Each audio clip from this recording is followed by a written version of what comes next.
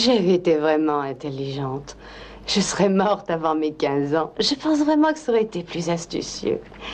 Vous savez ce qui m'a sauvée? La baise. Dieu s'adresse à moi. C'est lui qui me parle chaque fois qu'il a une mission à me confier. Je fais partie des élus. J'ai mis le feu à mon appartement une fois. J'ai été sauvée, mais mon chat a crié. J'ai l'impression d'être morte, de ne plus exister. J'ai l'impression d'être loin d'ici comme je ne l'ai jamais eu auparavant. C'est pourquoi je suis venue vous consulter. Un mal existe qui me ronge et je ne sais comment l'extirper.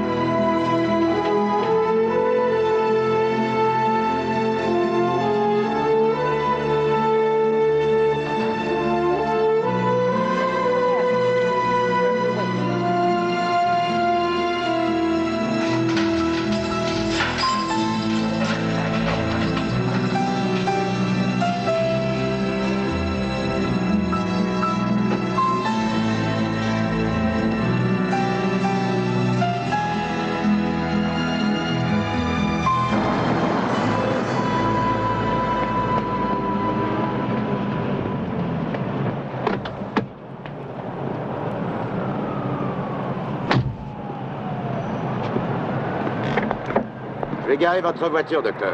Merci, Charlie. C'est fini pour aujourd'hui? Oui, Dieu merci. Elle aurait besoin d'un bon lavage.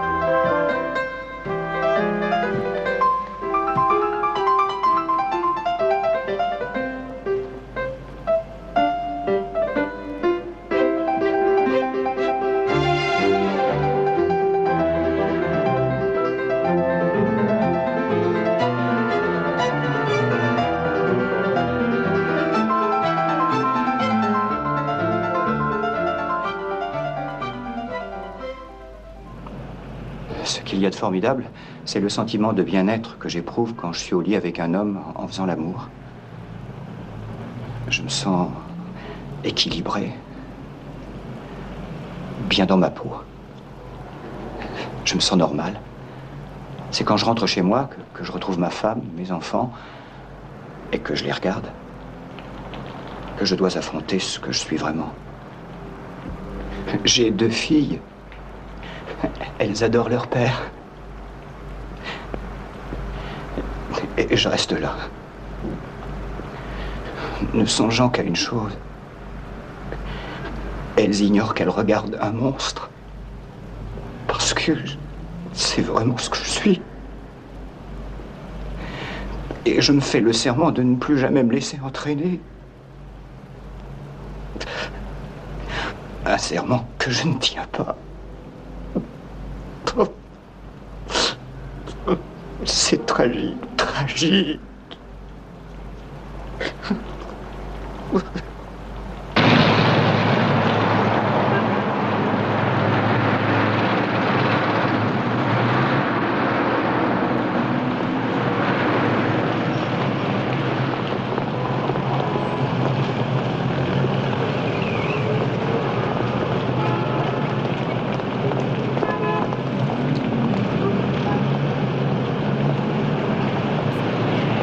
Bonjour, je voudrais avoir des roses.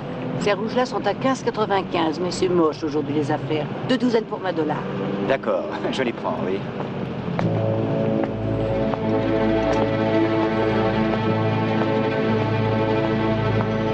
une douzaine, je vous donne des mêmes.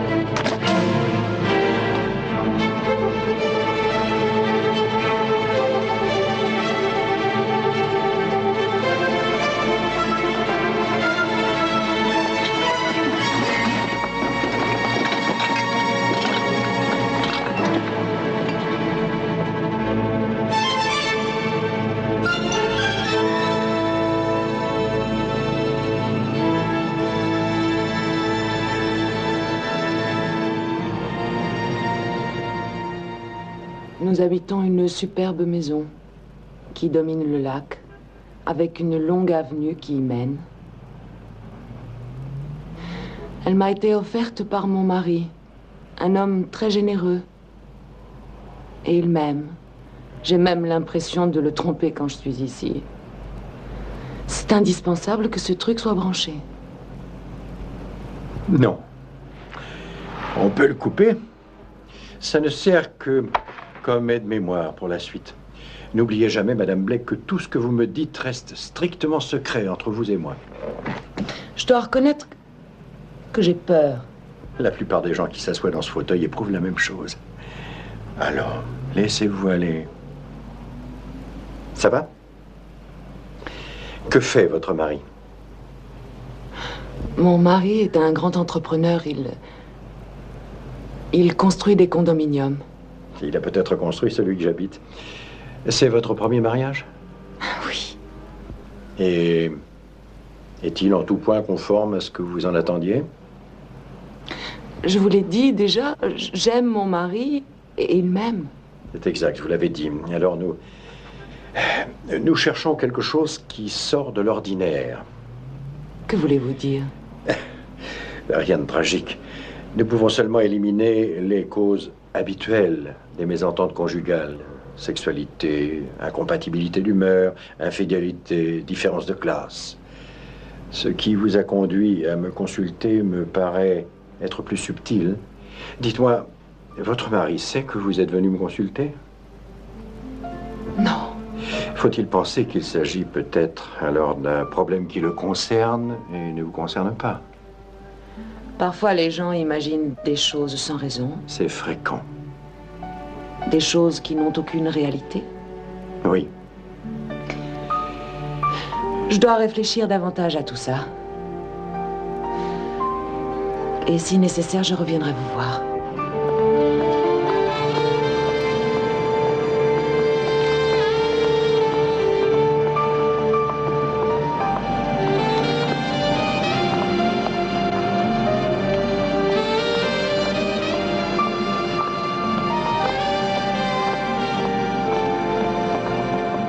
Je te rappellerai, il faut que je te quitte.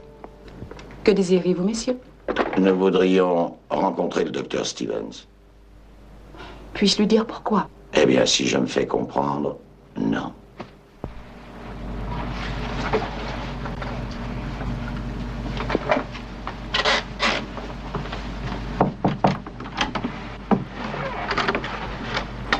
Si je me fais bien comprendre, non.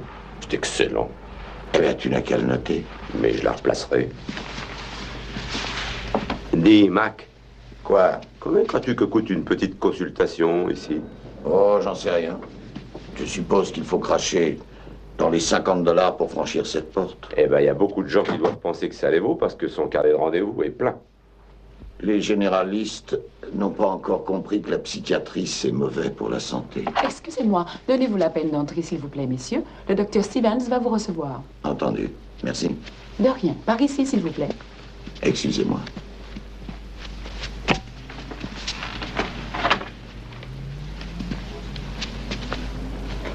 Docteur, je m'appelle McGrevy, je suis lieutenant de la brigade criminelle. Et voici le détective Angeli. Eh bien, messieurs, asseyez-vous.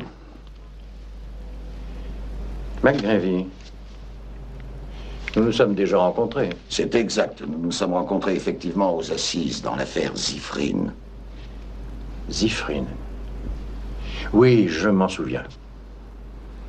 Vous étiez dans un fauteuil roulant, vous aviez été blessé. J'étais dans un fauteuil roulant blessé. Et mon collègue avait été tué.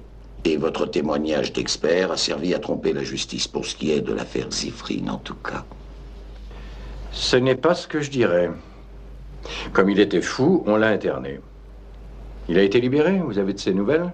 Oh, il va très très bien. On lui sert ses 3 repas copieux chaque jour. Je ne pourrais pas en dire autant de la veuve de mon collègue. Mais on n'est pas ici pour ça. On se demandait s'il vous serait possible d'identifier ceci. Ah, j'en ai un qui y ressemble. C'est le vôtre. Enfin, je le pense. Il y a une étiquette à votre nom à l'intérieur. Nous nous demandions seulement pourquoi il n'était plus en votre possession. Il n'y a aucun mystère. Il pleuvait ce matin, mes patients n'avaient pas d'impair et je lui ai prêté le mien. Pourquoi l'avez-vous? Je vais vous expliquer pourquoi, docteur. Un plaisantin a planté son couteau dedans alors que votre ex-patient l'avait sur le dos.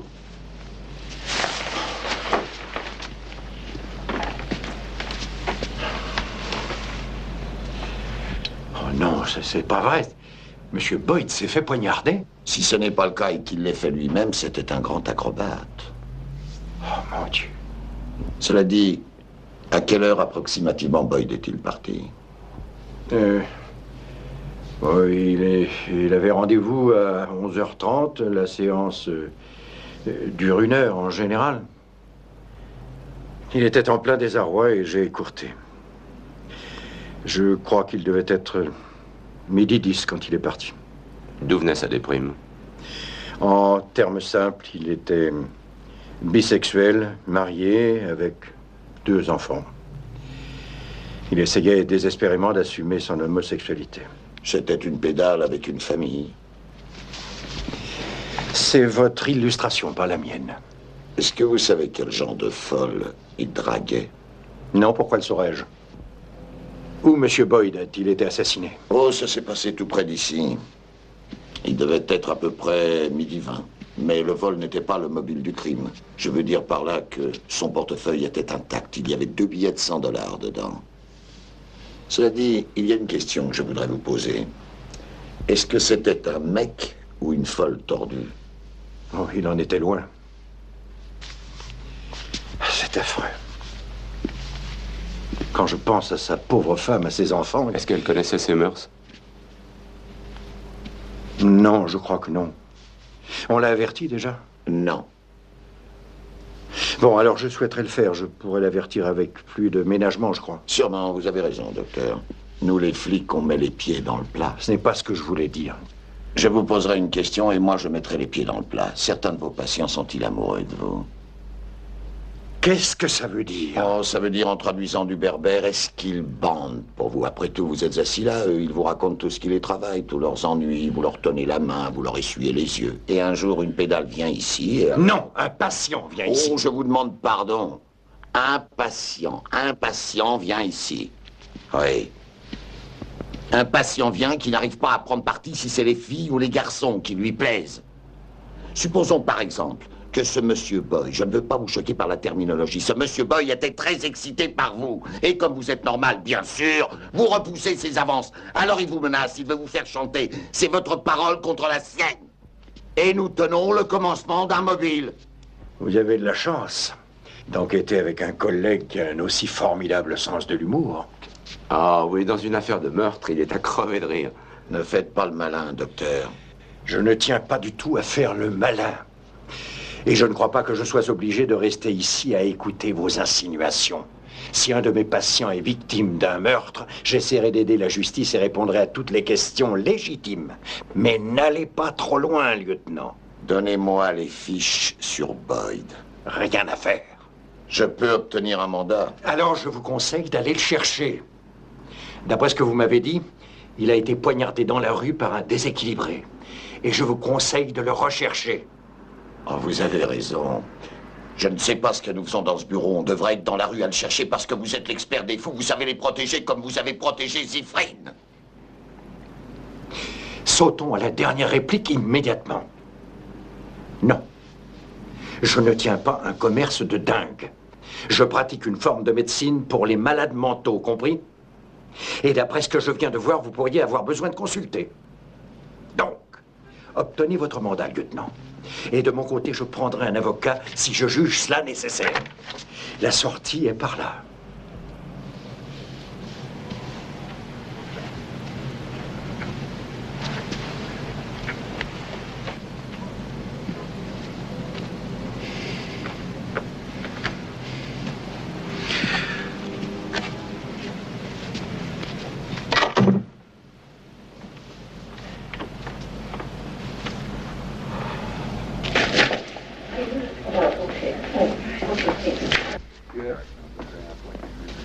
À quelle heure est le match ce soir?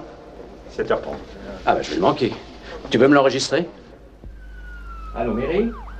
Dites à Georges d'appeler sa femme dès qu'il arrivera. C'est très important. Entendu. Merci.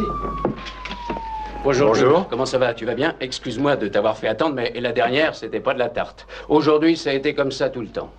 Assieds-toi, vieux. J'ai bien droit à un petit verre. Tu en veux un? C'est pas de refus.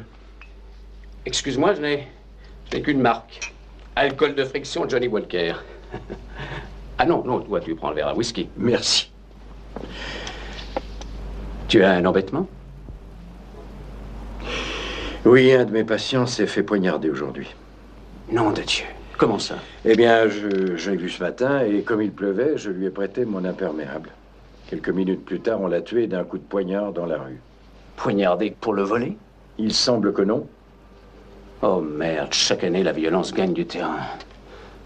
Mais qui était-ce? C'était un type inoffensif. Il laisse une femme et 2 gosses. C'est moi qui viens de le leur annoncer. Le fâcheux, c'est que les 2 détectives qui sont venus m'annoncer la nouvelle sont... Tu te souviens de l'affaire Zifrine? En vérité, non. Zifrine avait tué un flic et moi, j'étais le principal témoin pour la défense qui a pu plaider l'aliénation mentale. En tout cas, un des flics qui sont venus chez moi était justement l'ex-partenaire de la victime de Zifrine. Je sais que ça a l'air dingue, mais il m'a traité comme si j'étais un suspect. Bon, qu'est-ce que ça fait? C'est pas sérieux. Mais oui, d'accord, c'est pas sérieux. Bien sûr. Il est possible qu'il se comporte toujours comme ça. Mais il faut pourtant que je t'avoue que ça m'a secoué très vivement. Écoute, tu n'as pas accepté leurs accusations. Envoie les promener, enfin, c'est tout ce que ça vaut. Oui, Adley. Entendu, je vais venir jeter un coup d'œil. Bon, il faut que j'y aille. S'il t'emmerde encore, tu vas voir le commissaire. Je t'aurais invité à passer la soirée à la maison, mais Nora et moi, nous avons une sortie.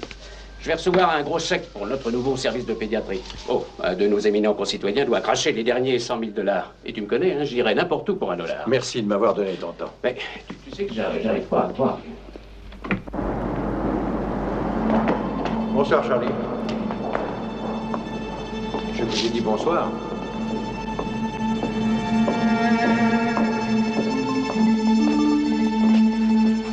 Bonsoir, Eddie. Bonsoir, Dr. Stevens. Vous voulez monter? C'est ce qui vient à l'idée. Je ne dors pas à la cave, normalement, si j'ai bonne mémoire.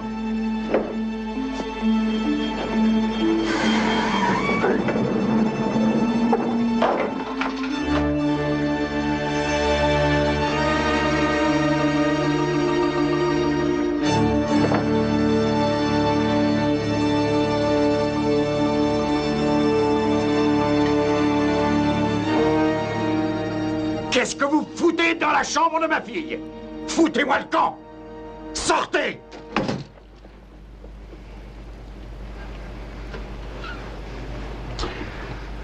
Calmez-vous. Je commence à en avoir assez de toute cette histoire! Ne vous énervez pas tant. La réponse à votre prochaine question est oui, nous avons un mandat de perquisition. Et autre chose, je dois vous dire que vous êtes autorisé à appeler au téléphone votre avocat. Je pense que c'est légal, mais je dois vous avertir... Laissez-moi vous dire, McGreevy, que j'en ai marre de vous deux. Vous essayez de me faire payer pour une rancune toute personnelle. Non. Dans les formes d'une stricte légalité, je mène une enquête sur un meurtre et une effraction. Quelle effraction? Votre bureau. Évidemment, vous n'étiez pas au courant de ça. Mon bureau? En quittant votre bureau, où êtes-vous allé? J'ai vu mon beau-frère qui était à son hôpital et j'ai dîné après. Avec votre beau-frère? Non, seul. Mais je voudrais savoir en quoi l'effraction de mon bureau vous autorise à mettre à sac mon appartement. Vous n'en avez aucune idée, hein? Non, aucune. Et j'ajoute que maintenant je ne joue plus au chat et à la souris avec vous. Alors je suggère d'aller à votre cabinet voir ce qui a changé en votre absence.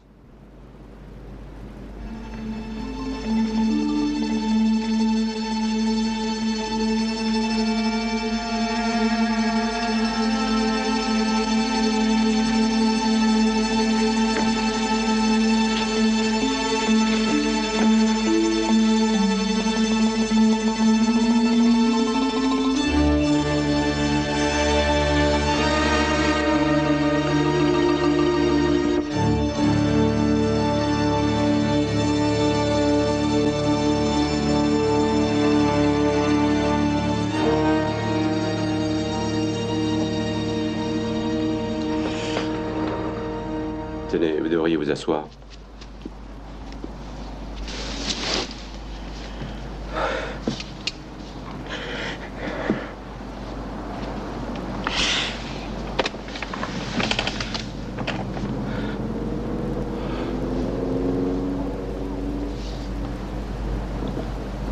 C'est écœurant, espèce de salaud. Vous l'avez laissé là exprès pour que je la voie. J'avais besoin d'une véritable identification. Allez-y, emmenez-la. Entendu. Je vais vous expliquer quelque chose. C'est très désagréable de mourir. Comme vous le voyez, des gens sont venus et ont travaillé votre employé. Ils lui ont enfoncé un couteau dans le corps, puis ils l'ont torturé à mort. Et je voudrais bien savoir pourquoi. Pourquoi? Qu'avez-vous ici? Qu'est-ce que vous cachez? Pourquoi est-ce qu'on est venu faire une chose pareille? Qu'est-ce que c'est? Vous plantez quelque chose? Vous avez de la cam, du pognon? Vous utilisez de la drogue, n'est-ce pas? Je n'ai aucun produit toxique. D'accord, on visait le fichier? Ils n'y ont pas touché. Vous avez le don de seconde vue, vous ne l'avez même pas regardé. Je ne garde pas de notes écrites. Le plus souvent, j'enregistre ce qu'on me dit. Je me sers de l'appareil qui est par là. Et si on ne sait pas quel est le code dont je me sers, tout demeure secret. Est-ce que la fille connaissait ce code? Non. Comme je le regrette. Si c'est ce qu'il voulait savoir.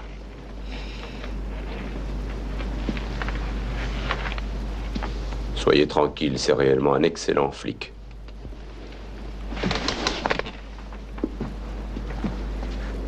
Et Hitler, un excellent peintre.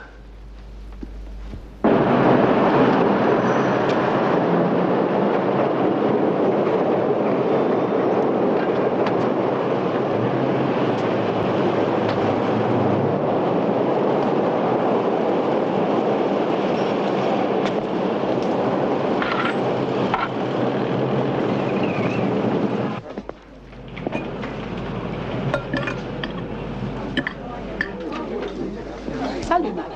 Salut, salut. C'est bien. Qu'est-ce qui te rend de si bonne humeur? D'où tu viens? Oh, j'ai décidé de rester et d'assister à l'autopsie. Ils ont trouvé qu'elle était morte. Hein. Oh oui, elle était enceinte de 3 mois en plus de ça. Trop tard pour un avortement sans danger et trop tôt pour que ça se voie. Je suis un con. Je m'en doutais, j'aurais dû la protéger. Sally, donne-moi un lait crémé, s'il te plaît. Tout de suite. Est-ce que t'as cuisiné son petit ami? Oui, bien sûr. Pourquoi bien sûr? Qu'est-ce qu'il a dit? Rien, impeccable, il jure qu'il voulait l'épouser. Alors ça c'est original en diable. Ils disent tous ça. Je me demande s'ils savaient qu'elle attendait un enfant. Bah, je ne lui ai pas demandé. Et pourquoi? Parce que je ne savais pas qu'elle était enceinte. Tu sais pourquoi tu ne le savais pas? Parce que tu n'as pas regardé.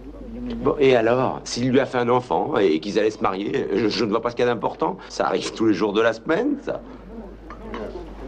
Est-ce que nous vous importunons par hasard? Si nos propos vous intriguent, voudriez-vous avoir l'obligeance de prendre votre rata et de vous reculer de 2 tabourets, s'il vous plaît? Et n'oubliez pas votre soupe. Oh, voilà une gentille fifille. Bon, laisse-moi t'expliquer une chose. Une fille va chez un garçon et dit « Je suis sûrement enceinte ». Et le garçon répond « Je n'y suis pour rien ». Ça arrive 2 fois par jour, chaque jour de la semaine et toutes les semaines. Son alibi tient, Mac. Le type est honnête. Mon cher naïf, dis-toi que personne dans ce monde n'est honnête. Personne. Ça va, tu peux payer ça? Bon, l'addition. faut le d'ici. Donne-lui vite l'addition, Sally. Tout de suite. Faites gaffe, les mecs. À tout à l'heure, Sally. D'accord, faites gaffe. J'avoue que je ne comprends pas. Je vois pas pourquoi un mec vient chez un toubib qui a une secrétaire noire et la torture avant de la tuer. Il pense peut-être que ça fait mieux.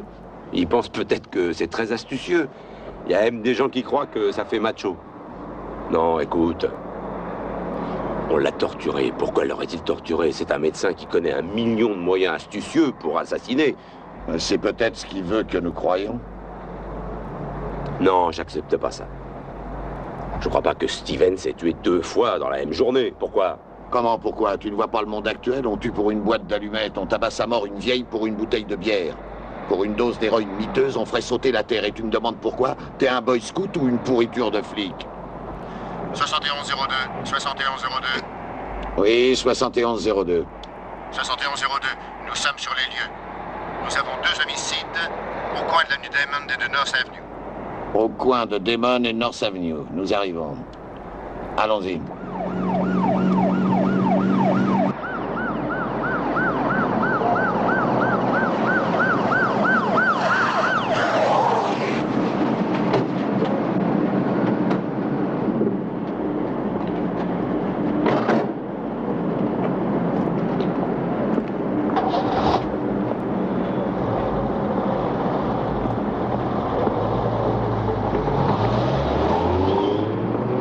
Excusez-moi. En arrière, s'il vous plaît, en arrière. Laissez passer. En arrière. En arrière, s'il vous plaît, pardon. Excusez-moi. Comment on en a? 2 morts. Bon, pas de danger de tomber au-dessous de la moyenne nationale. C'est Stevens, c'est ça? Pardon? Aucune importance. Attendez un peu, dites-moi une chose. Est-ce qu'on a un signalement? Non, lieutenant. Tout ce qu'on sait, que c'est un type de carrure moyenne, portant un bas. Où ça, le bas? Sur son visage ou sur son cul? Le visage? Eh ben, ça élimine la dépravation.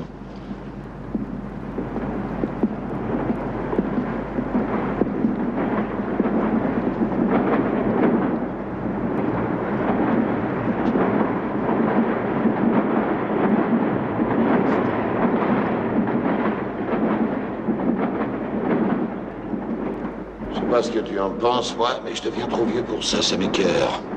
J'en ai vraiment marre. De toute façon, nous avons le roman policier, n'est-ce pas? On a 2 victimes, un revolver et un mobile. C'est ce qui fait la grandeur de l'Amérique. Alors occupe-toi donc de la grandeur de l'Amérique. Je deviens un peu trop vieux pour m'occuper de grandeur. Je retourne à mon bureau.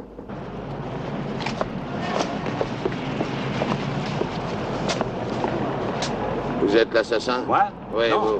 Non. Alors tirez-vous et en vitesse. Non, non, on n'a pas besoin de tout ça. On a seulement besoin de 2 civières. 2. Allez, dégagez, dégagez, écartez-vous. Personne ne touche à rien jusqu'à l'arrivée des gars de la balistique, d'accord? Entendu. Excusez-moi.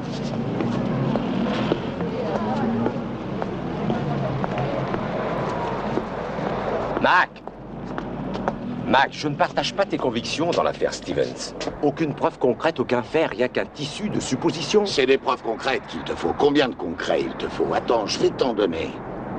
D'abord, on a une tentouse assassinée qui s'est fait buter à proximité du bureau. On a une jeune personne noire avec un polichinelle dans le tiroir saigné à blanc. Et on a un docteur qui refuse de nous laisser consulter ses fiches. Et tu me parles de suppositions. Quel est le mobile? Est-ce le mobile de l'argent? Non. Le mobile de la drogue? Non. Je pense que nous cherchons un maniaque qui n'a pas de mobile.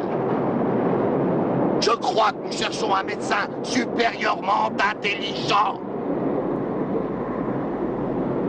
Je crois que tu cherches une revanche, Mac.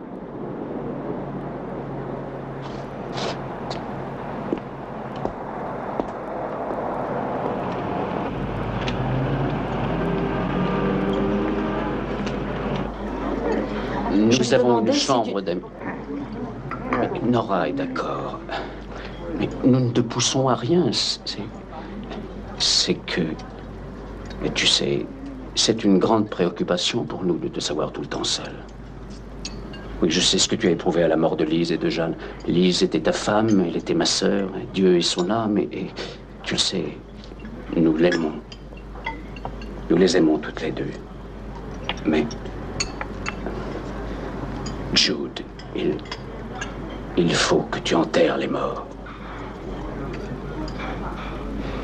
Nous pensions Nous pensions qu'il faut que tu vois du monde maintenant. Je vois du monde toute la journée.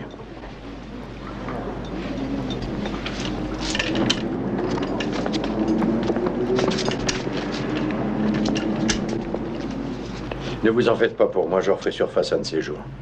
Je te verrai demain à l'hôpital. Bonne nuit. Au revoir. Au revoir.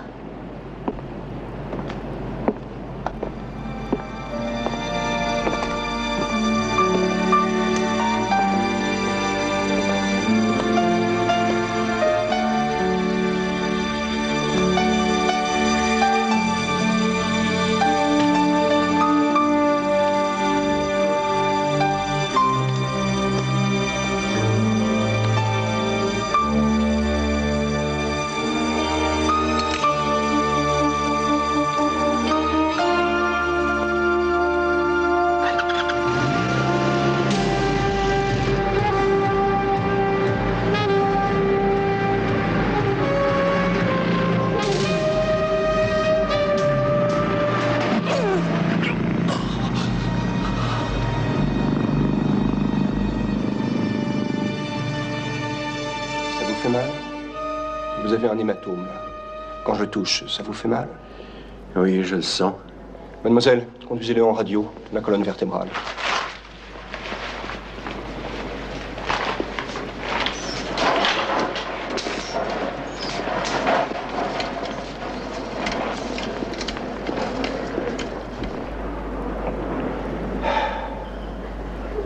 Il y en a pour longtemps?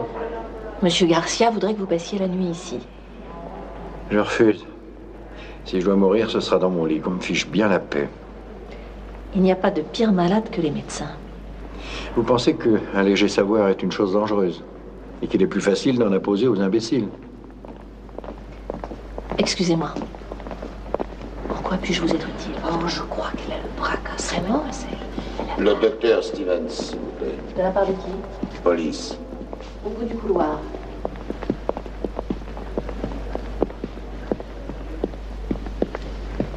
Voilà, vous avez eu un accident, il paraît. Vous avez été verni de vous en tirer. Ce n'est pas un accident. Selon le rapport, vous n'auriez pas respecté les feux. Je répète qu'on a essayé de me tuer. Ah, c'est ça. Qu'est-ce que vous avez trouvé de beau cette fois-ci? Une moto qui traîne deux fauteuils roulants ou un fauteuil roulant qui traîne deux motos? Lieutenant McGreevy, que vous soyez prêt à me croire ou non, on a délibérément cherché à me tuer ce soir. D'accord. Cela dit, il est peut-être possible que vous réussissiez à me convaincre, mais essayez de me trouver un meilleur argument que l'infirme conduisant une Harley Davidson. J'ai réfléchi à la question. Je ne crois pas que le tueur voulait abattre Boyd ou Carol. C'est moi qu'il devait supprimer. Voilà, magnifique. À présent, nous n'avons plus l'infirme, mais le myope sans lunettes. Mac, écoute ce qu'il a à dire, d'accord? Oui, je l'écouterai, bien sûr, je l'écouterai, mais je voudrais après lui poser quelques questions, si tu le permets. Allez-y. Boyd avait mon impair sur lui. Le meurtrier l'a certainement pris pour moi. Oh, alors l'assassin conscient de cette trompée d'homme, Dardar, est allé à votre bureau et il vous a arraché vos vêtements et il a découvert une voluptueuse demoiselle noire et il vous a battu à mort.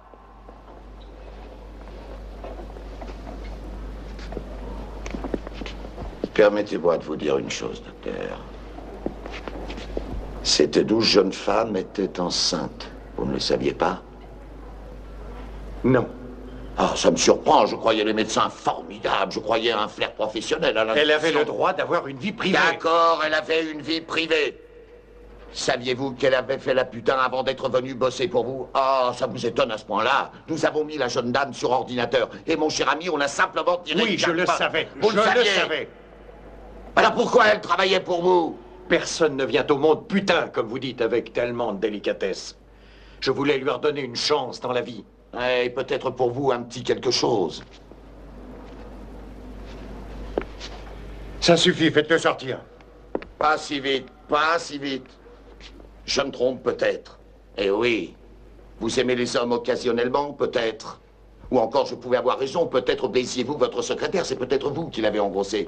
Mais il y a une chose que je tiens à vous dire. J'en ai plein le cul de vos bobards à la con. Vous croyez que vous allez continuer à me dire qu'il y a un infirme qui est aussi un écraseur et un fou sadique qui se promène partout et tue en se trompant de victime chaque fois? Moi, je ne l'accepte pas. Et je vais vous faire une autre confidence. Ah, mon bon ami.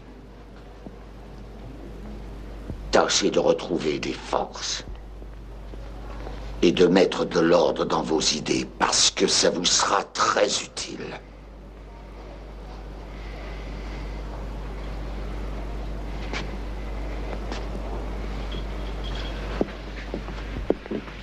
Ce type est sonné.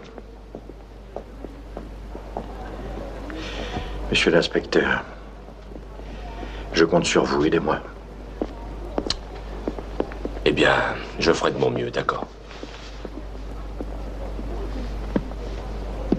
Donnez-moi un motif pour qu'on vous tue. Vous devez du fric, un gros paquet de fric. Non. Avez-vous couché par-ci par-là depuis votre veuvage? Non. Avez-vous pensé aux malades? Ces gens ont des problèmes, ils peuvent avoir une forme de rancune. Comment dites-vous, une fixation, une psychose? Vous avez songé à ça?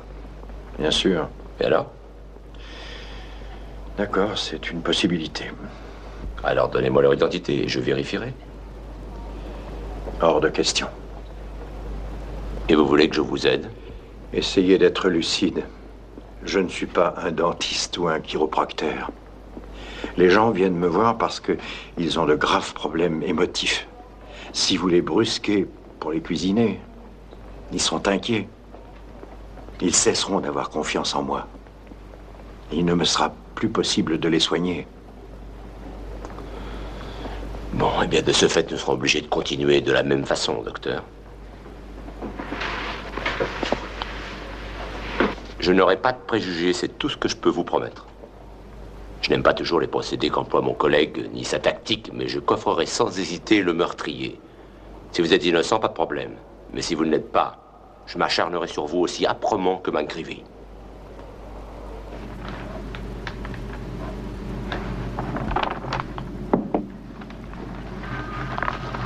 J'ai fait prendre ton matériel et on l'a apporté ici. Je te remercie beaucoup, Peter. Ça me dépasse que tu recommences si tôt. Excellente thérapie pour moi d'écouter les cauchemars qu'on me raconte. Bon. Et tu es chez toi. C'est très joli. Je te présente Betty. Je te la prête pour le moment. Betty, voici le docteur Stevens. Oh, bonjour, docteur. Betty, je vous le recommande. C'est un blessé qui marche. Je vous laisse travailler. Si tu as besoin de quelque chose, appelle-moi. D'accord, merci. Je n'étais pas sûre que vous aviez envie de retravailler, mais j'ai pris la liberté d'appeler vos patients et de leur fixer des heures de rendez-vous. C'est très bien, merci. Il y en a un ou deux que je n'ai pas pu atteindre encore. Eh bien, rappelez-les. Qui est le premier? Mademoiselle Skolman sera là dans 20 minutes. Merci.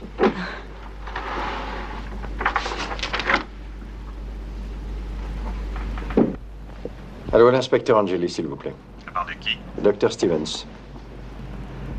Ici, inspecteur Angeli. Angeli, excusez-moi de vous déranger, mais j'ai une idée. À quel sujet? Zifrine. Qu'est-ce qu'il a fait? Pourriez-vous vérifier s'il est toujours interné? Il l'est à perpétuité. Il aurait pu s'échapper ou être libéré sur parole. Aucune chance, mais je vérifierai. Je vous en remercie d'avance. Je vous tiendrai au courant. Merci, j'attends de vos nouvelles. Bon, d'accord. J'ai besoin de m'envoyer en l'air. Si je m'écoutais, je vous baiserais. Je vous ai déjà dit que si vous continuiez à dire ça, je renonce à vous soigner. Alors, ne me soignez plus. Tenez, parfois j'entends un hurlement dans ma tête. Il me semble que la seule chose qui pourrait l'arrêter, ce serait un couteau. Et je... Quel rapport? Quoi? Quel rapport? Pourquoi un couteau? Parce que tous les hommes que j'ai eus et les hommes que je vais encore avoir vont et viennent dans moi en ouvrant une plaie. Je vous ai menti, docteur. Je vous ai menti tout le temps. Eh bien, ça n'a pas grande importance. C'est important à mes yeux. Très sincèrement, je n'avais aucun motif pour venir vous consulter, aucun. Je n'ai ni soucis ni tourments. J'ai une vie magnifique, parfaite. Il fallait que je vous l'explique, sans quoi vous auriez abouti à des conclusions fausses. Quand les journaux m'ont appris pour votre pauvre secrétaire, ça m'a été particulièrement odieux. Mais pourquoi a-t-on fait cette horrible chose? Que de gens voudraient trouver la réponse à cette question. Oui, c'est presque comme si...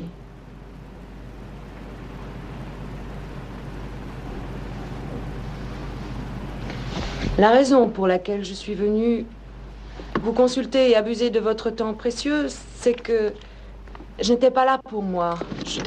Je ne demandais aucun secours pour... Merci.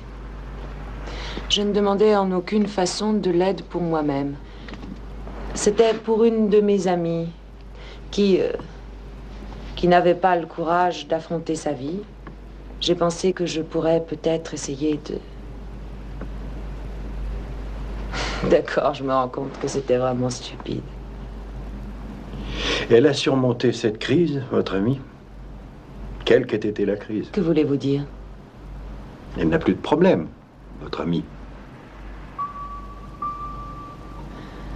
Eh bien, elle est partie maintenant, alors. Oui, je crois que ça doit être fini.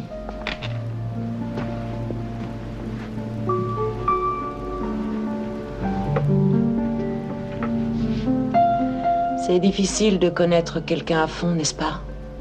Je le suppose, oui. Une grande partie de ma vie s'est passée à aider les gens à mieux se connaître, si possible. Oui, c'est ce que mon ami disait. Merci. Vous voyez, mais peut-être je peux vous le dire aujourd'hui parce que maintenant c'est académique, mais mon ami a découvert brutalement et par hasard un fait affreux. Et cela a complètement bouleversé sa vie. Je crois qu'elle a commencé à douter de sa santé morale. Est-ce exceptionnel à votre avis? Mais tout le monde a des doutes, des craintes inavouées. L'imagination entraîne souvent dans des impasses dangereuses.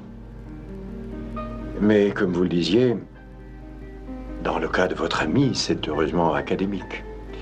Cependant, si elle a un jour besoin de conseils, je suis toujours disponible. Ah, mais je vous ai fait perdre assez de temps comme ça.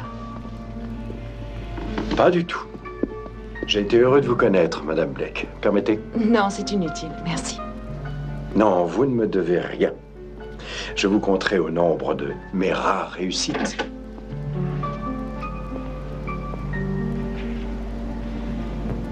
Oui, je l'espère.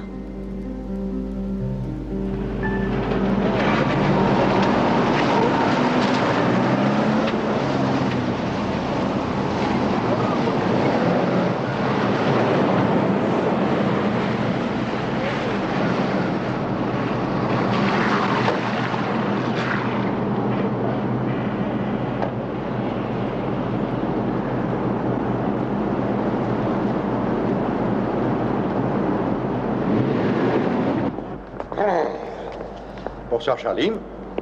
Ne garez pas la voiture, je vais ressortir.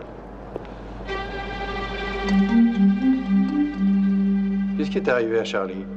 C'est son jour de congé, docteur.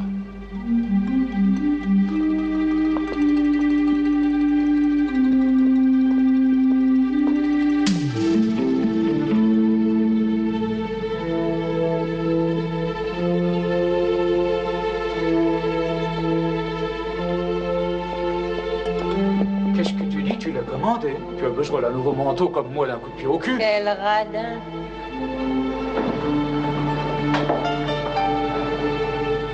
Neuvième étage, je crois, docteur.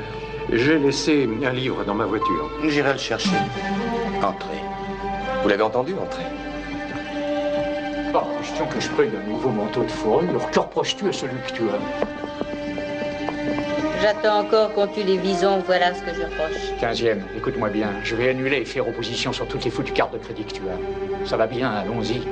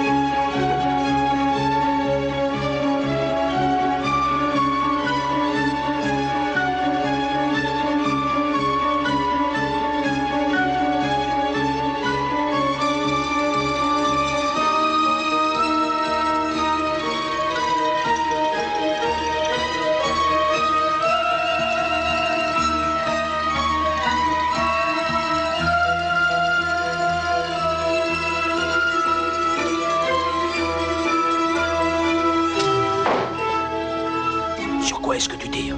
Tu peux pas te calmer. Ça me défoule.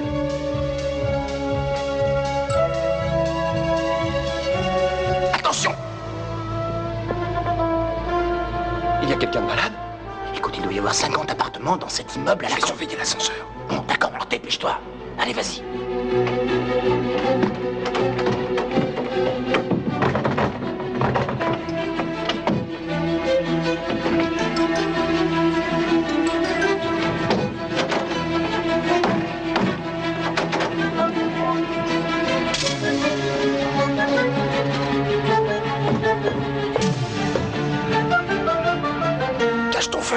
Je crois qu'ils viennent par ici. Qui vient par ici? Cache ton arme! Non, non, de l'autre côté. C'est dégagé. Faut donc quand ici. C'est vous qui avez téléphoné? Oui. On arrive à temps, j'espère. Oui. Où est-il? Il est là-dedans. On a alerté la police? Non. Ah bon, alors rendez-moi un service. Descendez et appelez la police immédiatement, c'est important. Je fais le nécessaire ici. Allez, à nous, avancez, vite.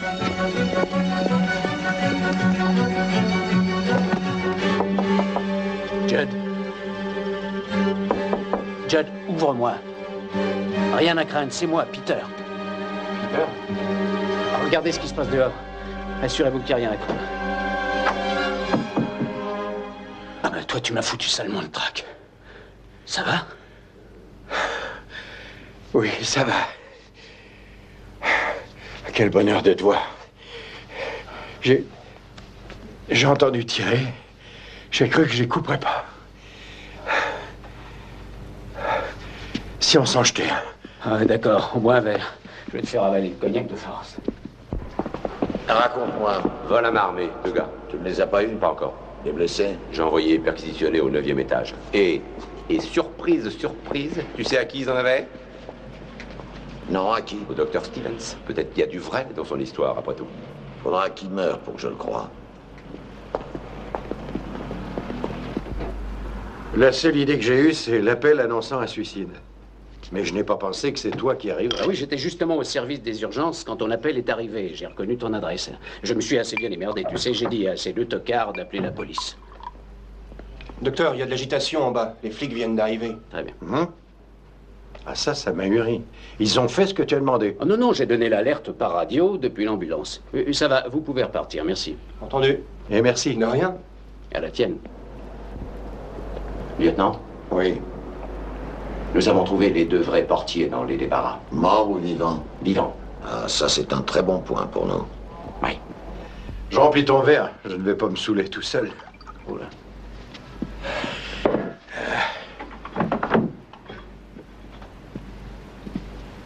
Lieutenant McGravy.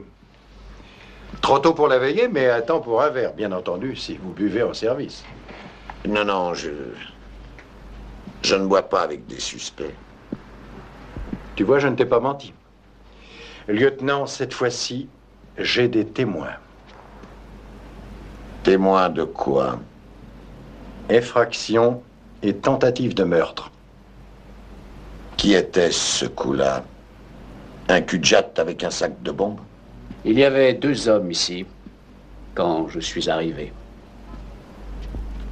Je vois. 2 hommes. Oui, en tenue de portier. Déguisés sans doute. Qui êtes-vous? Moi, je suis le docteur Hadley. Je suis également le beau-frère de M. Stevens. Oh, je vois. Affaire de famille. Puisque vous êtes un professionnel, docteur, vous nous donnerez un signalement précis et puis également un bon diagnostic sur leur tare et les numéros des armes de ces gangsters. Il y avait des armes, c'est sûr. Probablement, oui. Probablement ne fait pas une conviction. Il y a une victime, lieutenant. Et la balle a fait un trou dans le mur. Alors nous avons une affaire ouverte et close. Nous avons un nounours en peluche qui a été tué par un individu ou des individus inconnus en plein mystère. Et moi, ça ne me conduit nulle part. Cela dit, voilà ce que nous allons faire. Nous allons à l'identité judiciaire pour regarder les photos du sommier. Et mes hommes vont fouiller cette maison et qu'ils trouvent un élément positif. Parce que sinon, je vous le dis en termes médicaux, messieurs, vous 2, vous commencez à m'emmerder dans les grandes largeurs. Nous partons. Lieutenant, la seule chose que la police possède contre moi, c'est 3 contraventions impayées de parking. Et croyez-moi, à ma connaissance, le docteur Stevens n'a jamais été accusé d'un délit. En retour, je vous donnerai gratuitement mon diagnostic médical.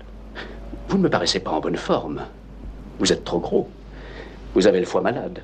Et votre nuque s'empourpre lorsque vous piquez une colère. Donc je renoncerais à menacer si j'étais à votre place. Vous voulez qu'on vous accompagne au commissariat? Demandez-le avec politesse. Ou je déposerai une plainte en règle sur le bureau du commissaire, si vite que vous en serez surpris. Et pour votre information, je connais le commissaire, c'est moi qui ai accouché sa femme, et il m'a beaucoup remercié. Fille ou garçon? Un beau gars. Félicitations. Allons-nous-en d'ici.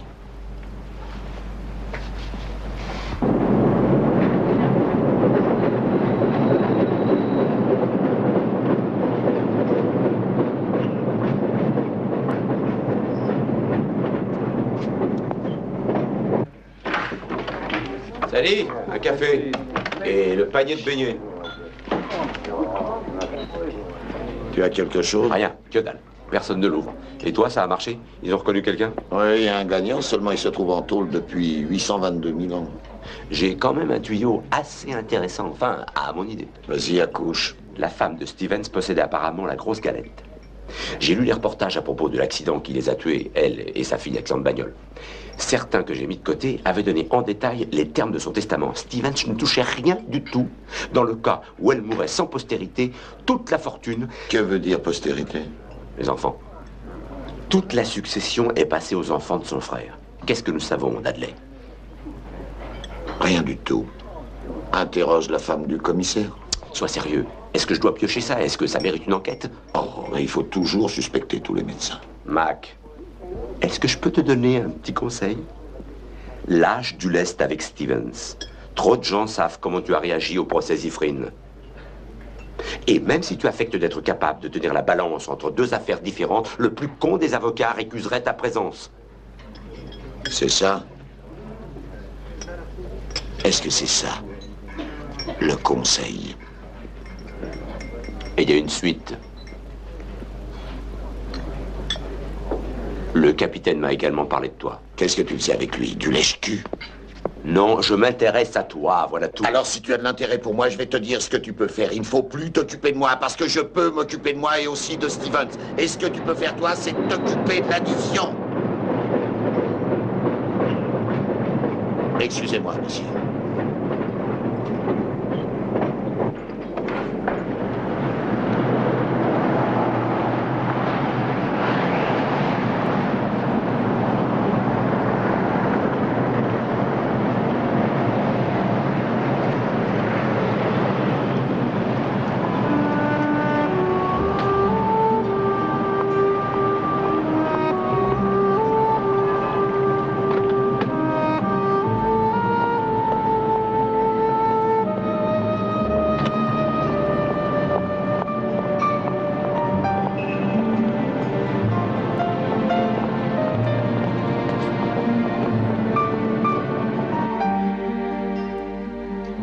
Un voyage dans un train,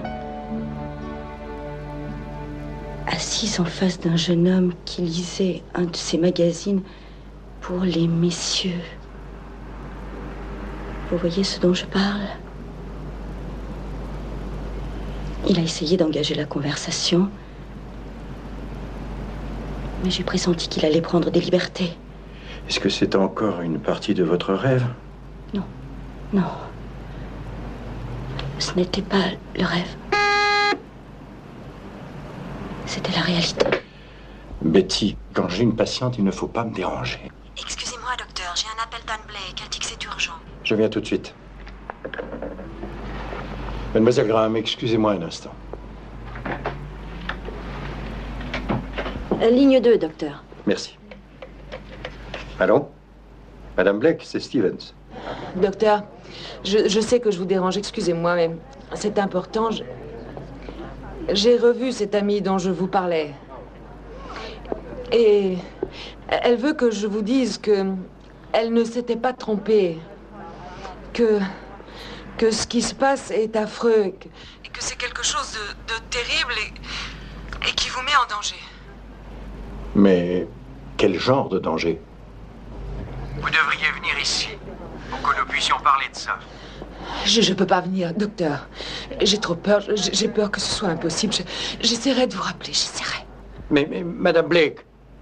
Madame Blake. Madame Blake.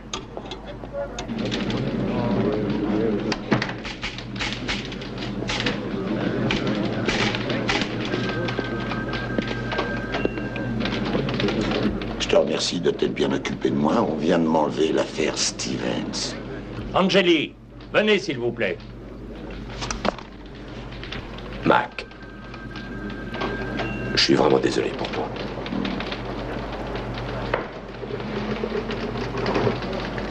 Je t'emmerde.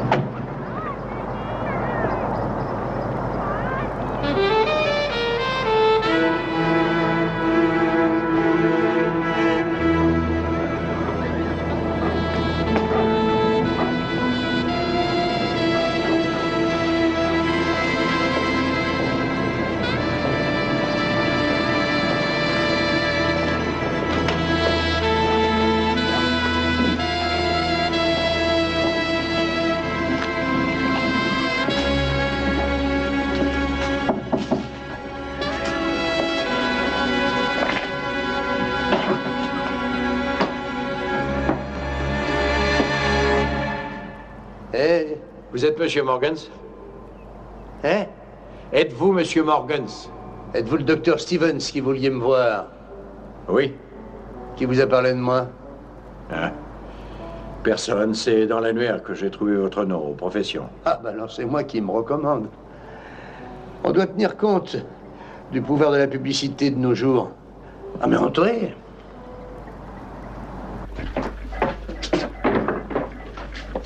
Vous êtes médecin ou philosophe?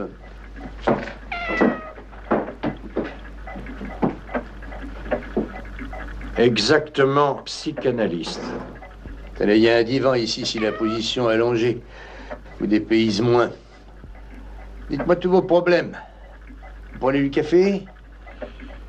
Non, merci. Je m'en voudrais de vous faire perdre votre temps. Je pense que j'ai fait erreur. Il faudra me régler cependant.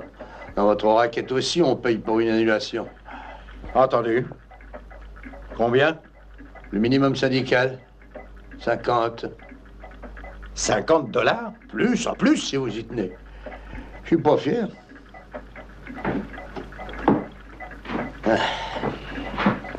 Ah, d'un autre côté, nous avons rompu le pain maintenant. Pourquoi renoncer à un conseil? Vous y avez droit. Oh, bien sûr, je vous promets pas de vous dire si vous avez des hémorroïdes, mais je peux peut-être diagnostiquer une chose plus personnelle. Asseyez-vous donc.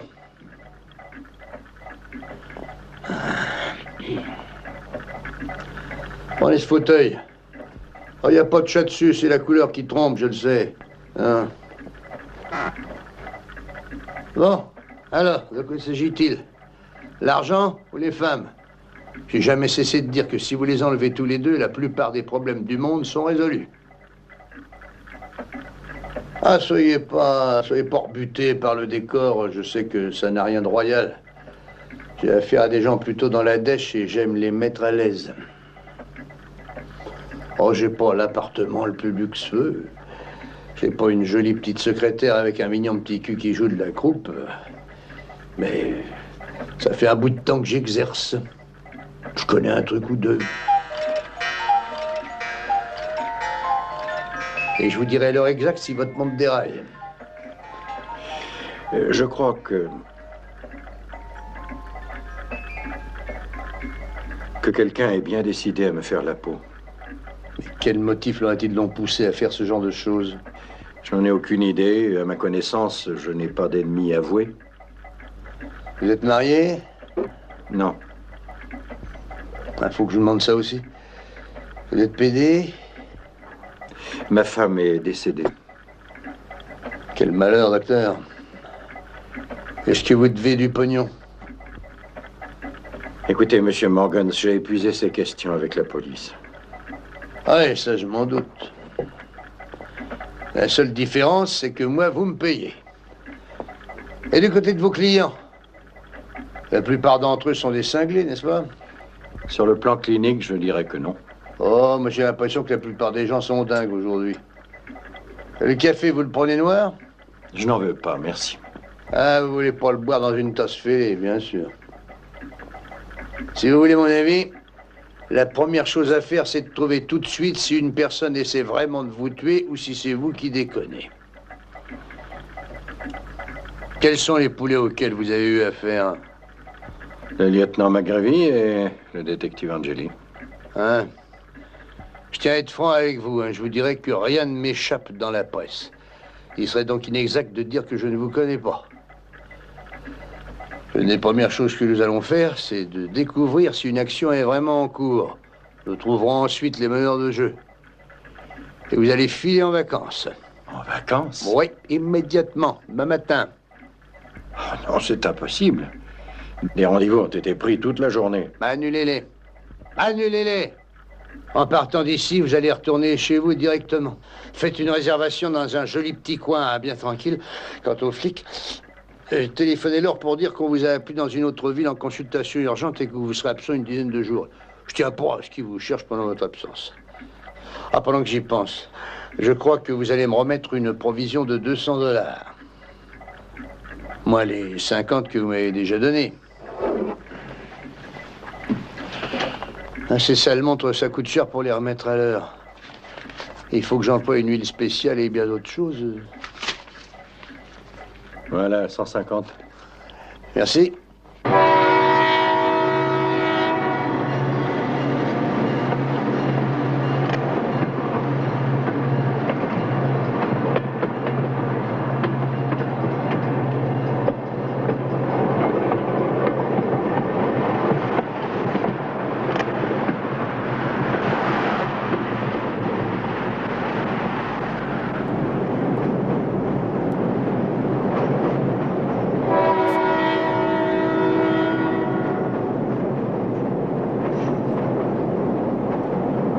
Dis-moi ce qui se passe, j'ai l'impression d'avoir lu trop de polars. Nous jouons gros jeu, Mac. Ce type a beaucoup d'amis en ville. C'est pourquoi je t'ai retiré l'affaire. Tu l'as mené trop durement. Oui, mais il faut qu'il pense que j'ai une rancune. C'est la seule façon de sauver notre ami. C'est la seule façon de gagner. C'est la méthode qui s'impose.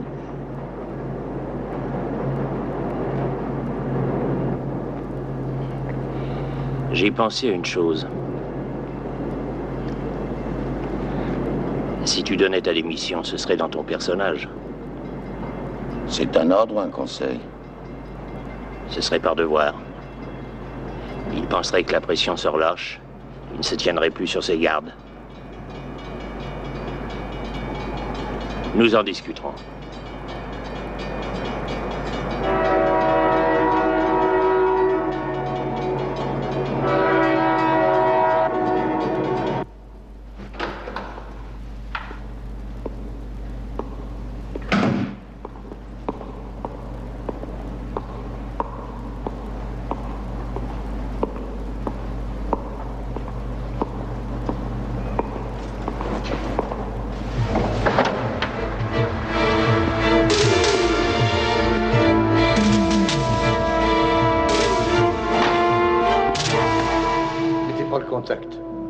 Descendez de voiture.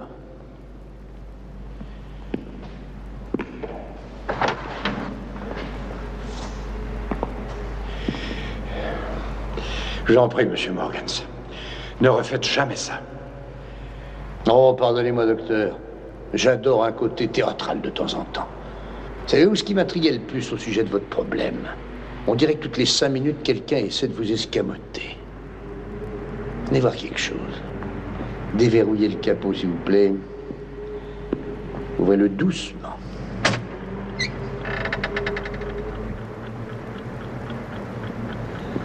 Je suis insomniaque, heureusement. J'étais ici vers les minuit, ça a été fait avant que je sois là. C'est monté pour plus de sécurité de 2 façons.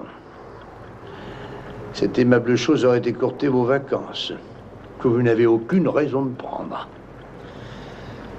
C'était pour ouvrir l'appétit. Je dis toujours que si on veut attirer un requin, on répand du sang dans l'eau d'abord. Voilà, eh ben, ça a eu du bon. On a progressé. Maintenant, on sait 2 choses.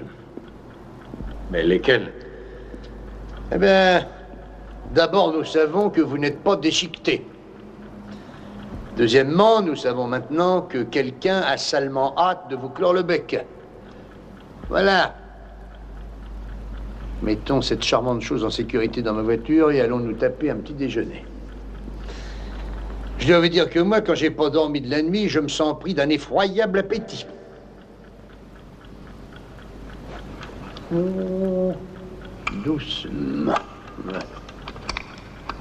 Alors, avons-nous affaire à un genre de folie meurtrière ou à quelque chose de plus profond? Je ne crois pas à la folie meurtrière. 2 personnes m'ont poursuivi chez moi. Je souscrirais peut-être à la théorie d'un illuminé meurtrier, mais 2 agissant de concert, ça ne tient pas. D'accord, c'est vous le docteur. Pourquoi? Eh bien parce que on sait que lorsqu'un déséquilibré a une obsession, il obéit invariablement à un plan déterminé. Alors avec l'hypothèse d'un obsédé, et s'il y avait eu d'autres victimes après Boyd et ma secrétaire, et qu'ensuite il m'ait manqué une première fois, il serait immédiatement passé au suivant de sa liste. Mais il en a été autrement. C'est moi seul, semble-t-il, qu'on désire abattre. Et il y avait 2 hommes. D'accord. Autre chose. Une idée qui vaut ce qu'elle vaut. Est-ce que vous partagiez un secret avec le nommé Boyd et votre secrétaire? Quelque chose que vous auriez été tous les 3 les seuls à connaître? Non. Je ne parle ni des patients avec les patients, ni des patients avec la secrétaire. Et les familles des patients? Que viennent faire les familles? Quand vous vous chargez d'un malade, vous prévenez la famille? Très rarement. De façon générale, les parents n'ont pas à être informés quand on me consulte. Ah, c'est ça, peut-être. Ah, c'est ça. Il y a beaucoup de miel dans votre ruche. Vous allez faire ce que je vous dis. Allez vite maintenant à votre bureau, réécoutez les enregistrements de vos clients. Rendez-moi un service, hein. Les lisez pas en médecin. Lisez-les en flic. Et cherchez ce qui vous paraît sortir un peu de l'ordinaire. Entendu. Ah, autre chose encore. Changez de mode de vie. Mais alors, radicalement. Hein. Vous avez une arme? Non, je ne crois pas au revolver. Je crois pas au Père Noël, il continue à venir à date fixe tous les ans. Ce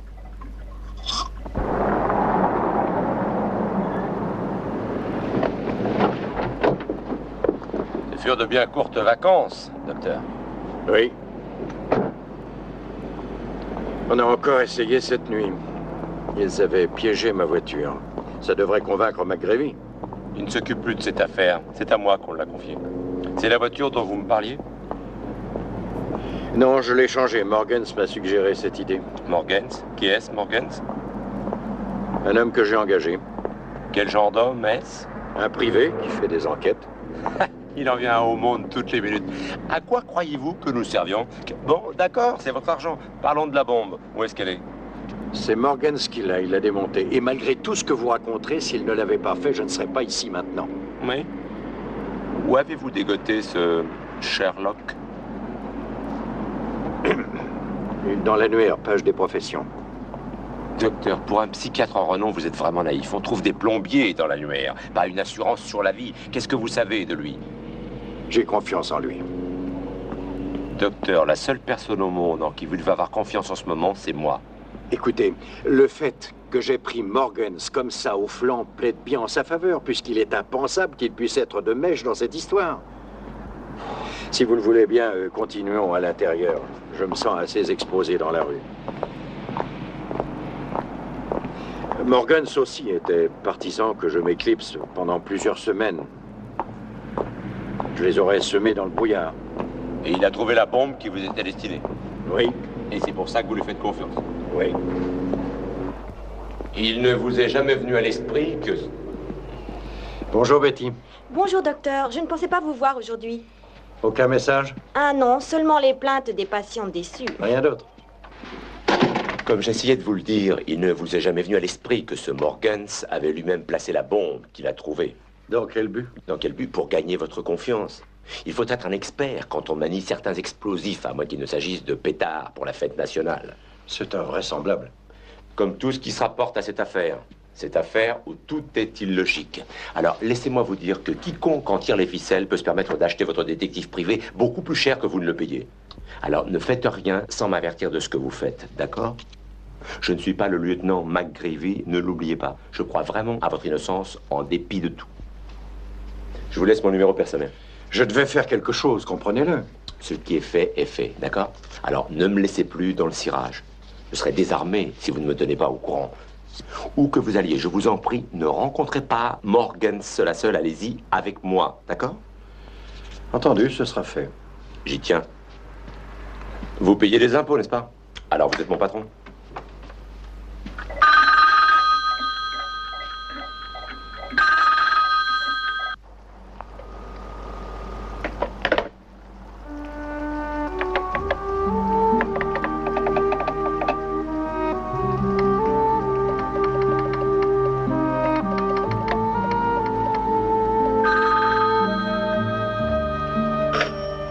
Allô? Oui, Morgans, où êtes-vous? Sans importance. J'avais une intuition, j'avais raison. Je sais qui a tué Boyd et la secrétaire. Maintenant, si vous voulez savoir pourquoi vous étiez le suivant, il faut le faire parler. Donc amenez-vous. On ne peut pas se rencontrer à l'hôpital, c'est le moindre risque. Non, on m'a suivi, mais je crois avoir réussi à les semer. Vous me rejoindrez au bout du môle. Tout de suite, c'est urgent. Je vous attends. Êtes-vous sûr de savoir qui c'est? Ah, foutre, oui. Vous savez qui est Don Vinton? Je vous attends. Don Vinton.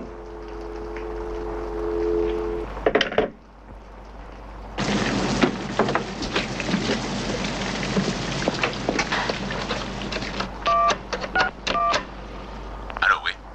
Angeli? Qui est là? C'est moi, Stevens. Du nouveau? Oui, Morgans m'a donné un coup de fil. Il dit qu'il a la solution. Vous croyez?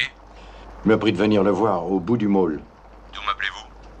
Je suis encore à l'hôpital. Je passe vous prendre tout de suite.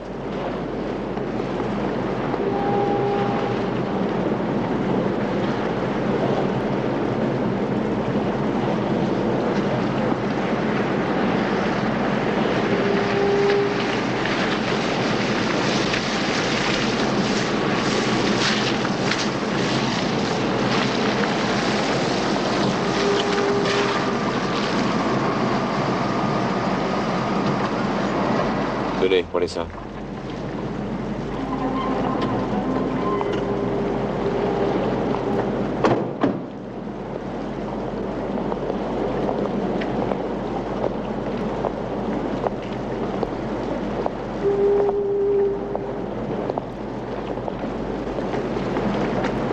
Bon, c'est ici le bout du môle. Où est-ce qu'il est?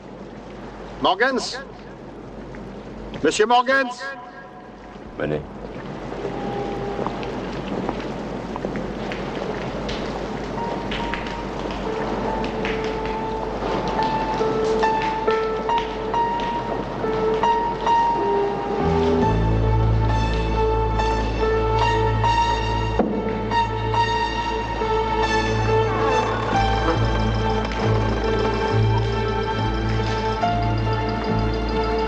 Morgans?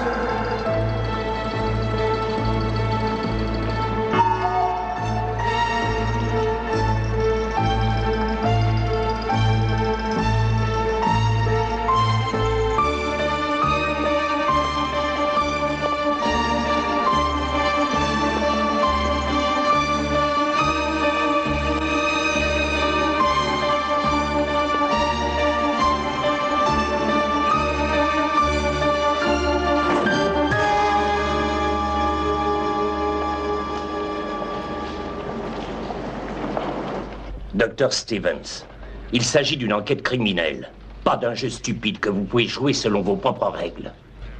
3 personnes ont connu une mort horrible. Vous me dites que vous avez un témoignage. Eh bien, moi, j'ai une chose à vous dire. Le tribunal m'a autorisé à vous obliger à me donner vos informations. Je ne veux pas perdre plus de temps en prenant des gants. Il m'avait donné un nom, rien de plus. Il m'a dit qu'il savait. L'homme dont il parlait s'appelait Don Vinton. Vous n'avez qu'à le chercher. Lis-lui la liste. On a recherché tous les Vinton de Chicago. Il y en a exactement 11. Après enquête, il n'en restait que 4 possibles. 4, pas 5. Un aveugle, présentement cloué au lit. Il y a un prêtre, un PDG de banque qui était en vacances en Suisse depuis 1 mois, un pompier qui était de service à l'heure de 2 des meurtres, et un vieillard de 82 ans qui a un commerce de chiots. Nous avons câblé également au FBI. Eux aussi ont fait chou blanc. Vous avez peut-être mal entendu, ou ils plaisantaient. Qui sait? Je suis sûr de ne pas m'être trompé. Et je lui fais encore confiance. Bon Dieu, Morgan, c'est mort.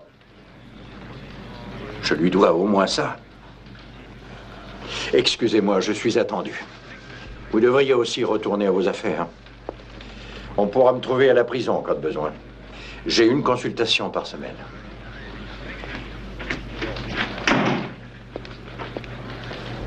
Tu vas le filer maintenant jour et nuit. J'en avais l'intention. À propos, c'est vrai que Mac a démissionné? Il a envoyé sa démission, je m'assieds dessus. Fallon va comparaître pour sa mise en liberté provisoire le 13 du mois prochain. Son avocat estime qu'il a une bonne chance. Il paraît assez raisonnable ces jours-ci. On n'a rien à lui reprocher ces temps-ci. Est-ce que je peux vous poser une question? Au sujet de Fallon? Sans rapport avec Fallon. Avez-vous entendu parler d'un Don Vinton? Bien sûr.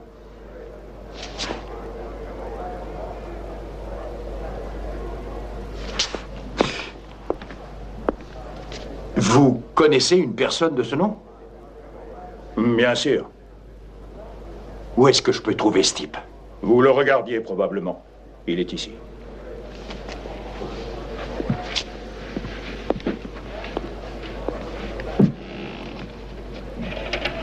Là, oui, le voilà. Vous voyez le type qui est là-bas près du mur? C'est notre Don Vinton, condamné à vie. Il avait à son actif 5 meurtres au premier degré. Sa spécialité, c'était de clouer les types au plancher par les testicules. Il venait le paraffiner tout autour et y mettait le feu. Il se vantait de toujours leur avoir laissé le choix. Mais vous avez dit notre Don Vinton. Qu'entendez-vous par là? Don Vinton, c'est un surnom seulement.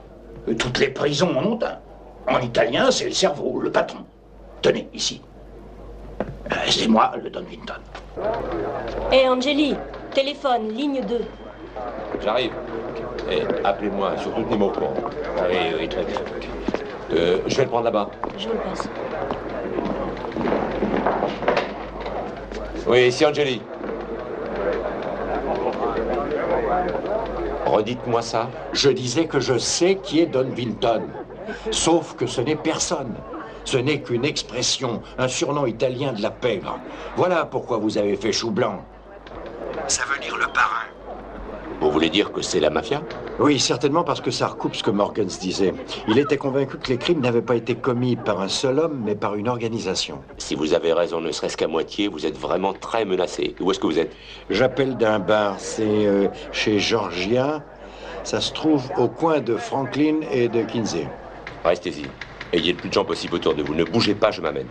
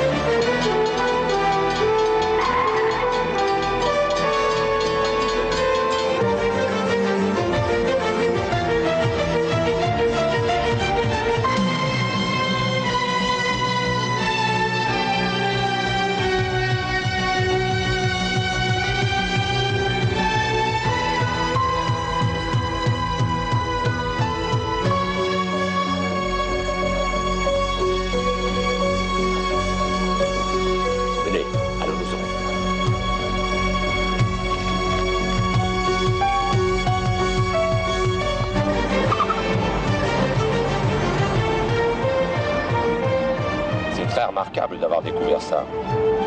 Eh ben, j'ai eu de la chance. Oui.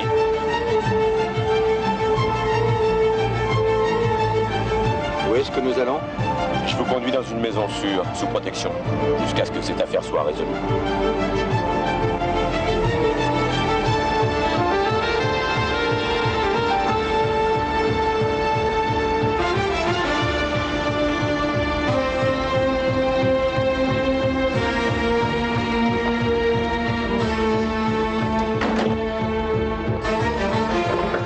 C'est à ça que ça ressemble, un endroit sûr? Vous savez, Pour un psychiatre, oh non, vous manquez de psychologie, docteur. Il fallait vous fier à l'autre flic.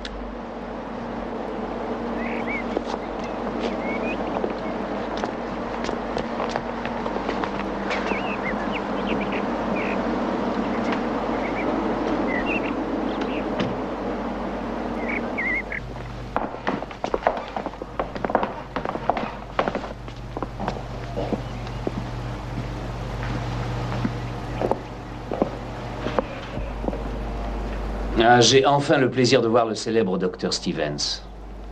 Pardonnez-moi de vous avoir fait venir chez moi d'une façon aussi cavalière, mais j'étais dans l'absolue nécessité de vous poser plusieurs questions personnelles. Asseyez-vous.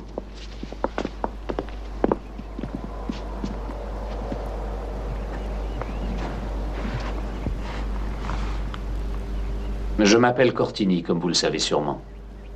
Non, pourquoi le saurais-je? Ma femme fait partie de vos patientes. Je n'ai vu personne portant ce nom. Oh, vous la connaissez peut-être sous le nom de Blake. C'est son nom de jeune fille. Anne Blake est votre femme? Oui. Ne nous jouons pas la comédie, docteur. Ici, renoncez au rôle d'innocent. Je sais que ma femme est allée vous consulter. Ce que j'ignore et ce que j'ai besoin de savoir, c'est pourquoi. Pourquoi, docteur? Votre femme est venue me voir pour les raisons professionnelles habituelles. Quelles sont-elles? Dans mon métier, ce sont les personnes qui ont les problèmes émotifs les plus variés qui viennent me voir. Bon, des émotifs à problème. Oui, en langage courant. Quels étaient les exacts... Notez que j'ai dit exacts problèmes émotifs de ma femme. Inexistants, si je m'autorise à le dire. Je ne trahis pas le secret professionnel, quoi qu'il m'en coûte, mais j'ai le droit de vous assurer qu'à mon avis, elle n'a aucune inquiétude sérieuse. Oh, vous êtes en droit de m'affirmer ça. Nous ne faisons pas de progrès en ce moment.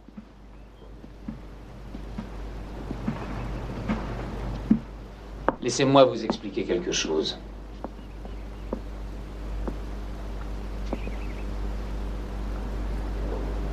Si vous ne voulez pas trahir le prétendu secret professionnel du psychiatre,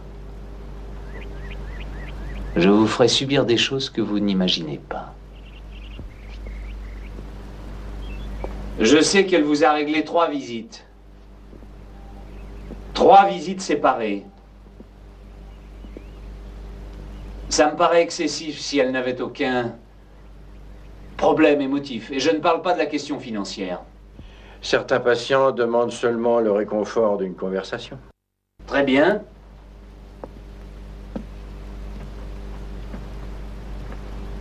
De quoi vous a-t-elle parlé? Elle vous a parlé de moi? Indirectement. Tout ce qu'elle a jamais dit en parlant de vous, c'est que vous étiez dans la construction. Un point, c'est tout. Êtes-vous certain qu'elle n'a pas dit démolition? Vous ne faites aucun effort. Vous remarquez qu'il ne fait aucun effort? Ou peut-être faites-vous trop d'efforts pour me paraître malin? Qu'est-ce qui est vrai?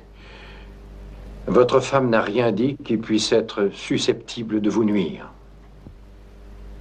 Ce n'est pas une chose que je crois sur parole et c'est très fâcheux. Vous êtes un homme mort, docteur, de toute façon, et vous le savez. Mais vous pouvez sauver ma femme. Voyez-vous, il y a un certain code qui dirige ma vie. Toute personne qui trahit ce code met en danger la famille à laquelle j'appartiens. Elle paie le prix. Je ne prends en compte aucune considération personnelle. Même pas les relations les plus intimes. Vous me suivez? Oui, mais je ne comprends toujours pas le rapport. Il ne comprend pas le rapport. Il ne comprend pas. Le minable à $50 la passe. Il n'a jamais fait entrer dans sa petite tête qu'il traitait la femme d'un parrain. Et que le peu qu'elle disait, c'était encore trop pour nous.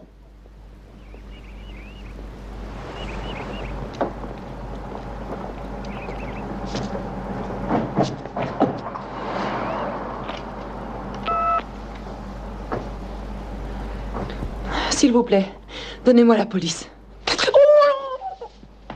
Ce coup-ci, patron, je crois qu'on tient le bon bout. Capitaine, oui. J'ignore si ça a de l'importance, mais un opérateur a reçu un appel urgent d'une femme qui venait d'une zone en bordure de la forêt. Elle a raccroché avant d'avoir donné le moindre détail. Vous voulez peut-être que je fasse passer un avis dans les petites annonces? Non, non. Où en étions-nous? Bertelli. Oui, d'accord. Formidable. McGreevy est sur une piste. Diffusez le code 10 à toutes les voitures. Au bord. Weaver, allons-y.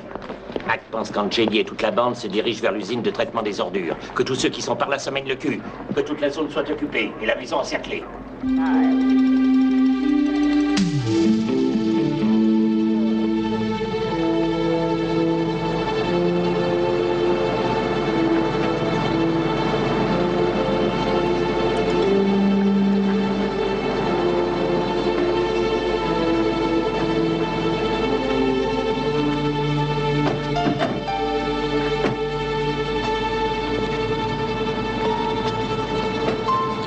Faites-les descendre.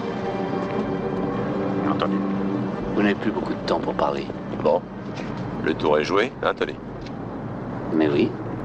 Ça me rappelle qu'il va falloir te trouver une planque en attendant que ça sente plus mauvais. T'as une préférence? Ça me plairait assez d'entendre de la musique à la Jamaïque. Accordé.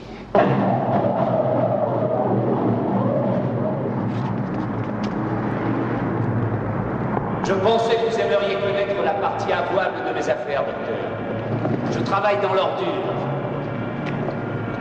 L'ordure humaine. Les immondices que Chicago rejette. Les détritus profanes de plusieurs millions d'êtres humains. Tout ça aboutit ici. Vous vous occupez de leur cervelle. Ce sont leurs déjections que je manipule, ce qu'ils rejettent.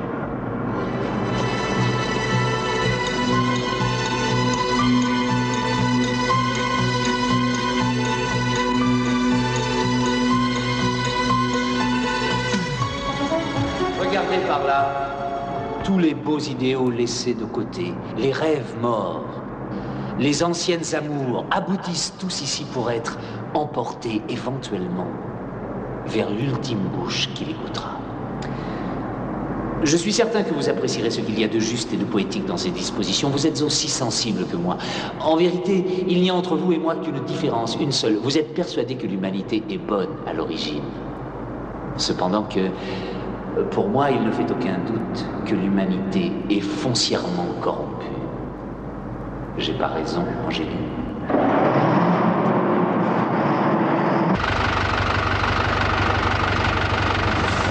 Oh non! Non! Non, pas ça! Non, faites pas ça! Ah! Ah! Ah! Non, par pitié! Non! Ah! Non! Non, pas ça! Ah! Non, pas non! Je regrette, mon ami. Les flics véreux sont toujours des risques à usage très limité. Ah non! Non! Non! Non! Ah! Ah! Ah! Non! Non, faites pas ça! Non, faites pas ça!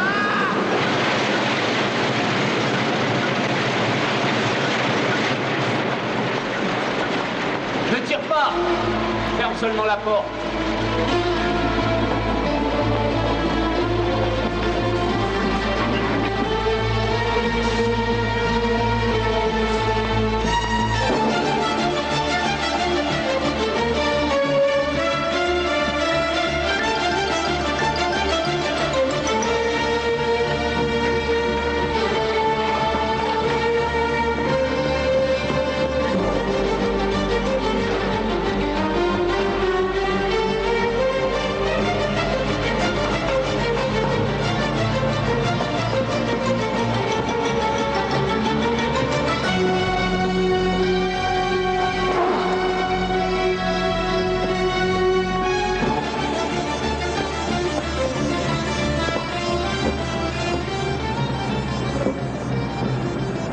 Ça doit vous paraître incroyable que votre vie soit sur le point de finir simplement parce qu'une femme a franchi votre porte. Comme ça, au débeauté. Une idiote, une putain de femme qui a eu le trac et qui vous a raconté tous nos petits secrets intimes. Pour la dernière fois, votre femme n'a rien dit. Jamais vous ne me ferez avaler ça. Mettez-vous une minute à ma place, docteur. Combien gagnez-vous dans une année à écouter des ordures? Combien? Peut-être 75 000 $? J'en gagne plus en une seule journée. Il faut que je me protège. Je suis aux prises avec le réel, pas avec tes rêves, docteur.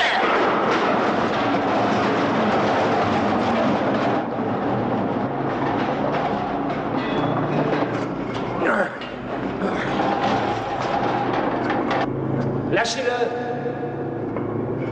Je règle des comptes et au prix fort, un flic véreux, une femme, un psychiatre à $50.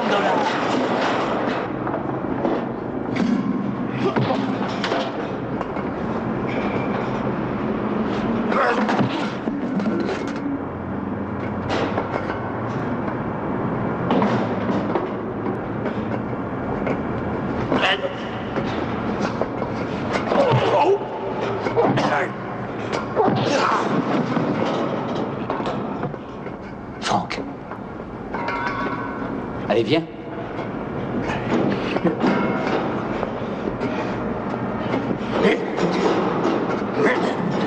Allez, le psychanalyste, allez.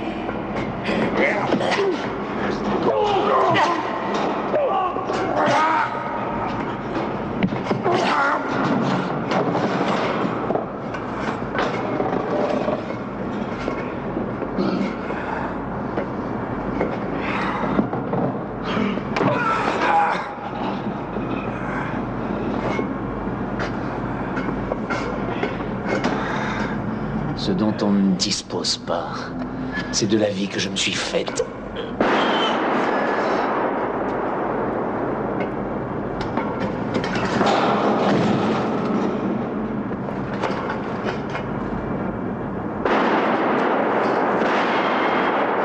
Jetez vos armes. Allez, libérez-vous. Appelez une ambulance. Battez-vous, battez-vous. Allez.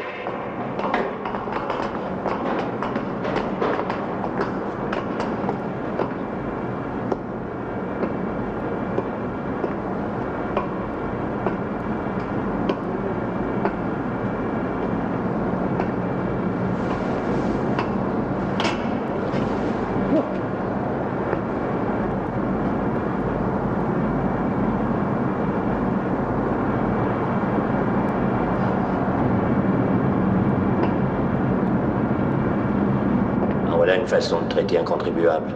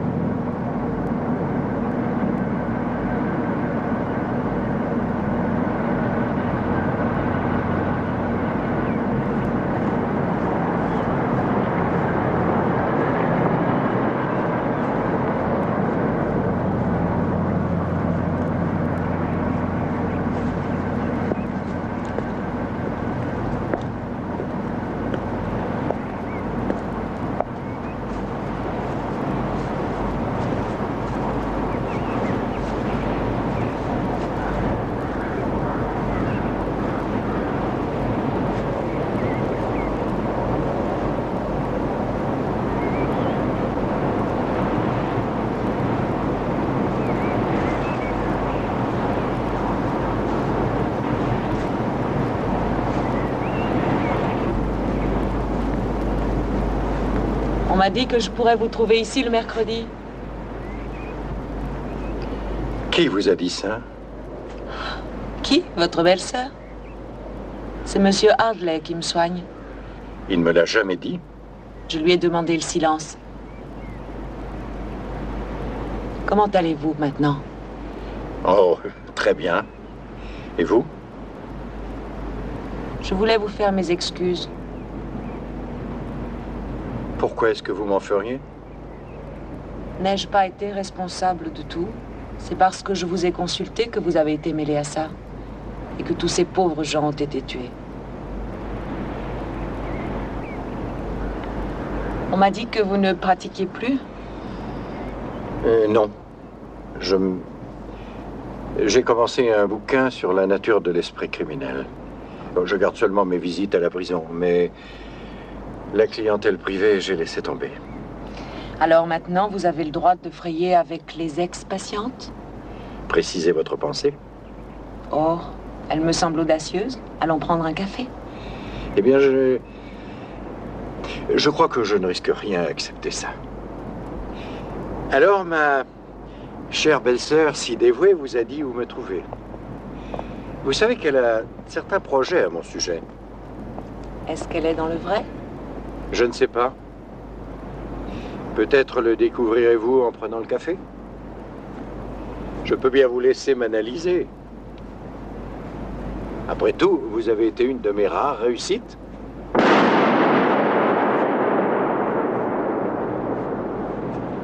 Anne!